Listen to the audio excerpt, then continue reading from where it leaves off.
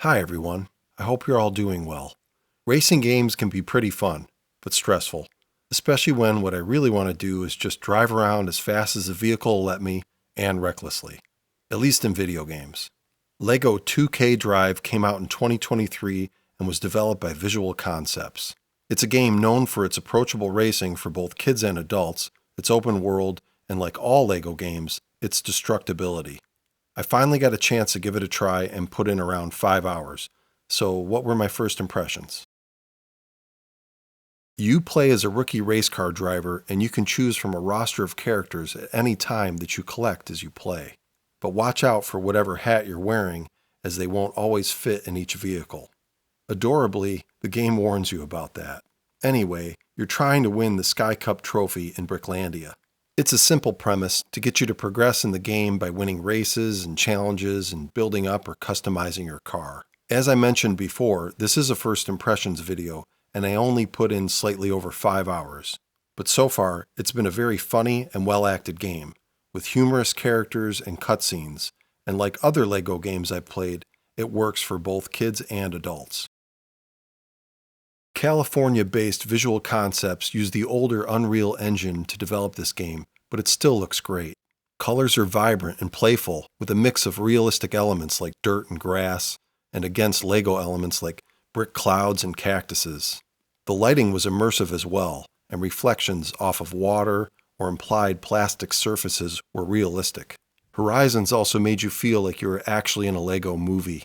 I played this one on my older PC with a Ryzen 5700 X3D and 32 gigs of RAM, and a 7900 XTX, but it all ran fine without any issues. The world building was great too. I was able to get through 3 of the 5 playable maps, and each one was sizable, with different types of terrain and various levels of verticality and themes. It's impressive what the team at Visual Concepts did here, and was a joy to drive through, be it with boat, four-wheeler, or sports car. The soundtrack was great, from hard-driving industrialized electronica to country-themed yacht rock. There was even one song that may have been inadvertently influenced by and/or a nod to the Clash's 1980 single, Train in Vain. I thought the soundtrack matched well with the driving, and environments would appeal to both kids and adults. The overall sounds were excellent as well. The vehicles, although presented as LEGO toys, each sounded realistic, and the sound effects from smashing into plastic fences to launching rockets all sounded believable. This is an open-world arcade driving and racing game, and because this is a LEGO property, the game is fairly heavy-handed at the beginning as it walks the player through its many systems. But once that's over, you're free to do whatever you want, from progressing the story or modifying your vehicle to getting sidetracked by any of the number of side quests and races or just flying around.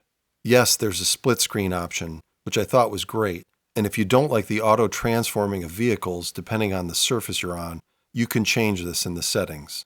But I found it fun and helpful, especially as my car struggled in the water.